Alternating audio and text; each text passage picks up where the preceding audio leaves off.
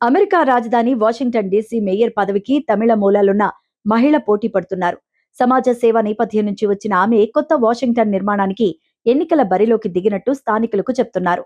తమిళనాడులోని తేని నగరానికి చెందిన రినీ సంపత్ తనకు 7 ఏళ్లు ఉన్నప్పుడే తల్లిదండ్రులతో కలిసి యుఎస్ వచ్చారు. చదువంతా అక్కడే పూర్తి చేశారు. విద్యార్థి సంఘం నాయకురాలిగా గుర్తింపు సంపాదించారు. ప్రభుత్వ పథకాల్ని ప్రజల్లోకి తీసుకువెళ్లే ఏజెన్సీ నిర్వాహకురాలిగా సేవలందించారు.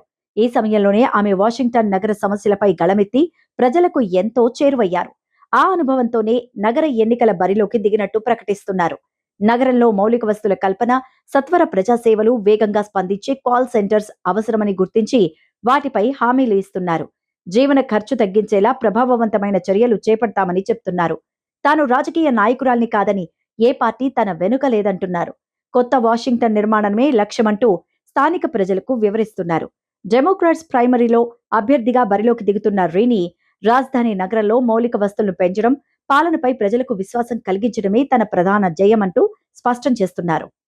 తమిళనాడులో ఎన్నికలు సమీపిస్తున్న వేళ అధికార ప్రతిపక్ష పార్టీల మధ్య హోరాహోరీ పోరు ప్రారంభమైనట్టే కనిపిస్తోంది.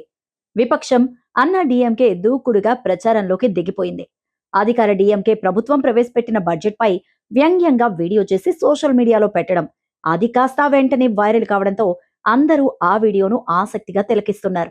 డీఎంకే ప్రవేశపెడుతున్న బడ్జెట్ దినాన్ని చెవులు కుట్టే వేడుక రోజుగా ఈ వీడియోలో అన్నా డీఎంకే చిత్రీకరించింది. ఇక దీనికి తోడు అధికార డీఎంకే పార్టీ నాయకులు చెవులు కుట్టడానికి వస్తుంటే ప్రజలు పారిపోతున్న సీన్స్, ఆహ్వాన పత్రికలు అందరి దృష్టిని ఆకర్షిస్తున్నాయి. ఇక ఈ సంవత్సరం ఎన్నికలు ఉన్న నేపథ్యంలో రాష్ట్ర ఆర్థిక మంత్రి తంగం తెన్నరను తాత్కాలిక బడ్జెట్ను ప్రవేశపెట్టారు. ఈ బడ్జెట్ ప్రజలకు చెవులు కుట్టే కార్యక్రమంగా కనిపించిందని అన్నా డీఎంకే ఆరోపిస్తోంది. గత 4.5 ఏళ్లుగా ఈ కార్యక్రమాన్ని రాష్ట్ర ప్రభుత్వం అంగరంగ వైభవంగా నిర్వహించిందని, ఇప్పుడు కూడా అదే స్థాయిలో నిర్వహించేందుకు సిద్ధమైందని, ఈ కార్యక్రమానికి అందరూ హాజరు కావాలంటూ అన్నా డీఎంకే ఓ ఆహ్వాన పత్రికను, ఓ వీడియోను రిలీజ్ చేసింది. అధికార డీఎంకే నేతలు ఓ పెద్ద సూది పట్టుకొని ప్రజలకు చెవులు కుట్టేందుకు ఇళ్ల వెంట పరుగులు పెడుతూ ఉంటారు. వారిని చూసి ప్రజలు భయపడి పరుగులు తీస్తున్న వీడియో అందర్నీ విశేషంగా ఆకట్టుకుంటోంది. ఇక ఇప్పుడు ఈ వీడియో నేషనల్ వైడ్ గా వైరల్ గా మారింది. తెలంగాణ రాష్ట్రం నుంచి ఖాళీ అవుతున్న 2 రాజ్యసభ స్థానాల భర్తీకి కేంద్ర ఎన్నికల సంఘం షెడ్యూల్ రిలీజ్ చేయడంతో అధికార కాంగ్రెస్ పార్టీలో టికెట్ల వేట ముమ్మరమైంది. అసెంబ్లీలో స్పష్టమైన మెజార్టీ ఉండడంతో ఈ 2 స్థానాలు కాంగ్రెస్ కే దక్కడం దాదాపు ఖాయం. అయితే ఉన్నవి 2 సీట్లు, కానీ ఆశావాహులు మాత్రం భారీగా ఉండడం ఇప్పుడు పార్టీలో చర్చనీయాంశంగా మారింది. తెలంగాణ అసెంబ్లీలో ప్రస్తుతం ఉన్న బలాబలాల ప్రకారం ఒక్కో రాజ్యసభ సీటు గెలవడానికి సుమారుగా 40 మంది ఎమ్మెల్యేల మద్దతు అవసరం.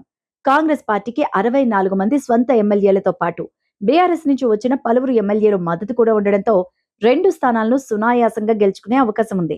సుమారుగా 20 మంది నేతలు రేసులో ఉన్నట్టు తెలుస్తోంది.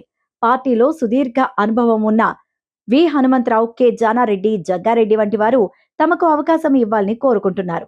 బీసీ సామాజిక వర్గం నుంచి పలువురు నేతలు సీటు ఆశిస్తున్నారు. గత అసెంబ్లీ ఎన్నికల్లో ఇతర నేతల కోసం సీట్లు వదులుకున్న లేదా పార్టీ విజయానికి కృషి చేసిన నేతలు ఇప్పుడు తమకు న్యాయం చేయాలని అధిష్టానాన్ని కోరుకుంటున్నారు. చాట్ జీపీటీ సృష్టికర్త అయిన ఓపెన్ ఏఐ భారతదేశపు సిలికాన్ వ్యాలీగా పేరుగంజిన బెంగళూరులో తన కొత్త కార్యాలయాన్ని ఏర్పాటు చేయబోతున్నట్టు అధికారికంగా ప్రకటించింది. ఇక ఇప్పటికే దేశ రాజధాని ఢిల్లీలో ఓ కార్యాలయాన్ని కలిగి ఉన్న ఈ సంస్థ ఇప్పుడు దక్షిణ భారతదేశంలోని సాంకేతిక హబ్ పై దృష్టి సారించింది. ఈ ఏడాది చివరి నాటికి బెంగళూరు కార్యాలయం పూర్తి స్థాయిలో అందుబాటులోకి రానుందని కంపెనీ వర్గాలు చెప్తున్నాయి. కేవలం ఢిల్లీ, బెంగళూరు మాత్రమే కాకుండా దేశ ఆర్థిక రాజధాని ముంబైలో కూడా మరో కొత్త ఆఫీసును ఏర్పాటు చేసేందుకు ఓపెన్ ఏఐ తీవ్రంగా ప్రయత్నాలు చేస్తోంది. ఈ వరుస ప్రకటనలను బట్టి చూస్తే భారతీయ మార్కెట్ పట్ల ఓపెన్ ఏఐ ఎంతటి నిబద్ధతతో ఉందో స్పష్టమవుతోంది. OpenAI CEO Sam Altman అభిప్రాయం ప్రకారం భారత్ ప్రస్తుతం అనేక అభివృద్ధి చెందిన దేశాల కంటే అత్యంత వేగంగా ఏఐ సాంకేతికతను అందిపుచ్చుకుంటోంది. దేశంలోని సాధారణ ప్రజలు, విద్యార్థులు, అంకుర సంస్థలు రోజువారీ పనుల కోసం ఏఐని విరివిగా ఉపయోగిస్తున్నారు.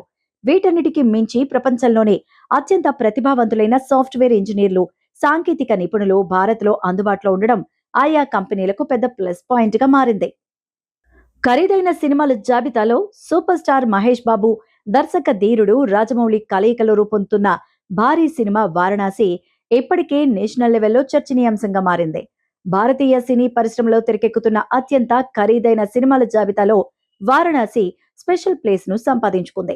పౌరాణిక యాక్షన్ డ్రామాగా రూపుదిద్దుకుంటున్న ఈ చిత్రంలో త్రేతాయుగానికి సంబంధించిన ఓ కీలక ఎపిసోడ్ ఉండగా ఆ ఒక్క భాగం కోసమే సుమారు 250 నుంచి 300 కోట్ల వరకు ఖర్చు చేస్తున్నట్టు సినీ వర్గాల్లో టాక్ వినిపిస్తోంది.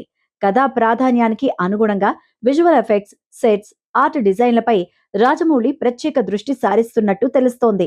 భారీ బడ్జెట్, అత్యున్నత సాంకేతిక నైపుణ్యం, మహేష్ బాబు స్టార్ పవర్ అన్ని కలిసి వారణాసిని ఇండియన్ సినీ చరిత్రలో మైలురాయిగా నిలపాలనే లక్ష్యంతో నిర్మాణం జరుగుతోంది. మలయాళ ఇండస్ట్రీలో మెగాస్టార్ గా ఓ వెలుగు వెలుగుతున్న మమ్ముట్టి గురించి ప్రత్యేకించి పరిచయం అక్కర్లేదు. సినీ ఇండస్ట్రీకి ఆయన అందించిన సేవలకు గాను ఆయన్ను కేంద్ర ప్రభుత్వం పద్మభూషణ్ బిరుదుతో సత్కరించిన విషయం కూడా తెలిసిందే. ఇక ఈ సందర్భంగా ఓ ఇంటర్వ్యూలో మాట్లాడుతూ పలు ఇంట్రెస్టింగ్ విషయాలు వెల్లడించారు.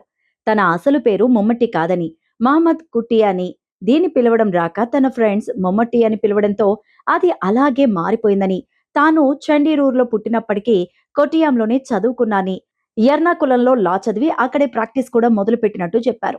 ప్రాక్టీస్ చేస్తూనే సినిమాలపై ఉన్న ఆసక్తితో సినీ అవకాశాల కోసం ట్రై చేశానన్నారు. 2 ఏళ్ల పాటు ఎంత ప్రయత్నించినా అవకాశాలు రాకపోవడంతో ప్రాక్టీస్ ను పూర్తిగా వదిలేసి ట్రై చేశాన్ని. మొదట్లో ఎక్కడికి వెళ్లినా తిరస్కరించేవారని, కొన్నాళ్లకు క్యారెక్టర్ ఆర్టిస్ట్ గా అవకాశం వచ్చిందని, అలా 7-8 ఏళ్ల పాటు చిన్న చిన్న పాత్రలు చేశాన్ని. ఆ తర్వాత హీరోగా అవకాశం వచ్చినప్పటికీ ఆ ప్రాజెక్ట్ మధ్యలోనే ఆగిపోయిందని, ఆ తర్వాత మరోసారి హీరో ఛాన్స్ వచ్చిందని, అలా కెరియర్ మొదలైన 10 ఏళ్లకు కానీ తనకంటూ ఓ ప్రత్యేకమైన గుర్తింపు రాలేదంటూ ముమ్మటి చెప్పుకొచ్చారు.